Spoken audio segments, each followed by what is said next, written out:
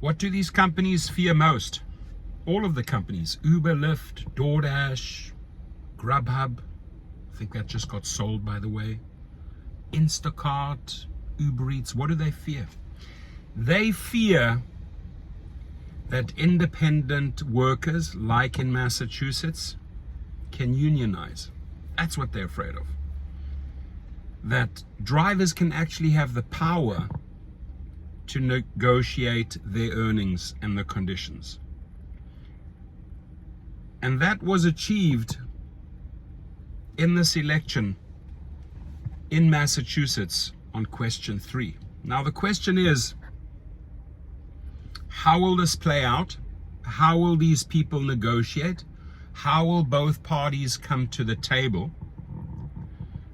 But to me, if I take a step back, it can only be a positive thing. Power that you never had, you suddenly have. And there's a lot of people that say, you know what, screw unions, I'm against unions. Okay.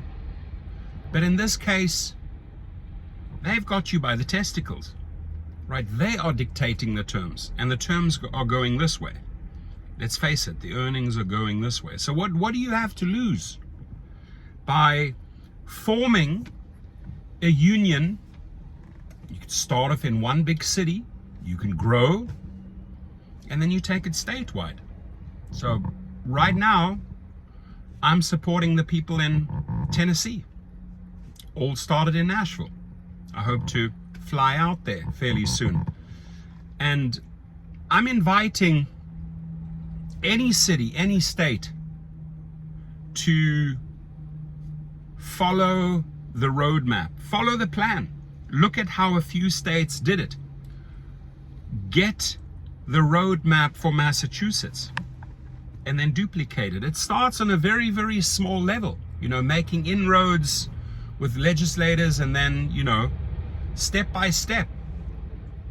It's not an overnight, oh, you know what, we got this through, we formed the union. No, it's a long battle. It starts with getting the attention of the little politicians and then the big boys, the governors, etc.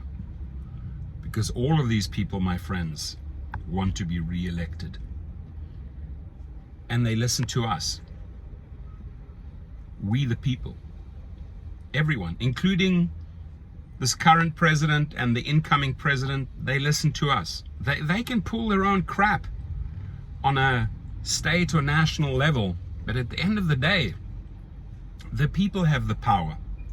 The people have the power to vote these people out. And we need to start getting these ballots on the next midterm elections. And that's only 2 years away. That's not far away. Massachusetts showed us how it's done.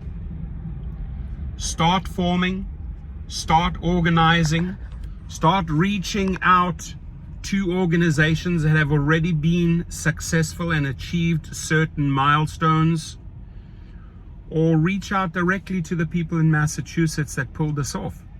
Because I'm telling you what, drivers, you can do it. You, as a family of drivers in a city, then collectively in a state, can get this on the ballot, and you could score the victory just as Massachusetts did. The companies didn't prevail there. The drivers won. And the drivers won the right to unionize. Whether you like it or not, what do you have to lose?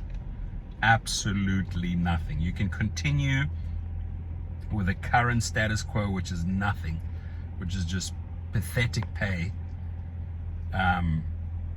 Whether it's upfront earnings, whatever, they're trying to trick you on the miles or the external fees and all that bullshit. Or you form a party and you say to the companies, come to the table, right? We have the right now to unionize in our state, and we're exercising our power.